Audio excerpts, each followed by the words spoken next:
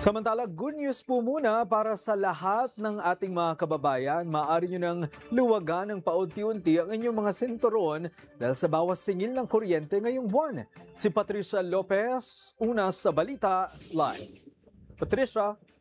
Greg, isang magandang balita ang binahagi ngayon ng Manila Electric Company o ng Meralco para sa mga consumers nito dahil ngayong huling buwan ng taon ay magpapatupad sila ng bawas singil sa kuryente para sa December billing.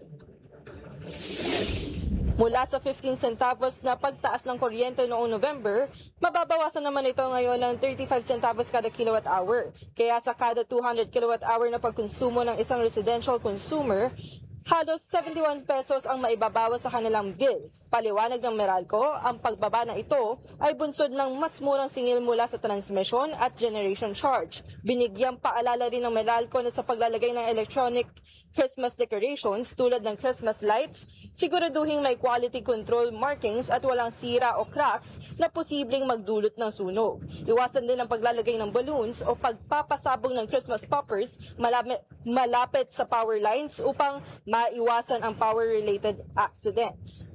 Greg, para naman sa susunod na taon, nakikita naman ng Meralco na mananatiling magkakaroon ng bawas singil para sa ating mga consumers. Lalo pa, bababa kasi o mananatiling mababa ang pagkonsumo sa air conditioning dahil pagpatak ng Enero at Pebrero ay nananatiling malamig ang panahon. Mula dito sa may Meralco, balik dyan sa studio.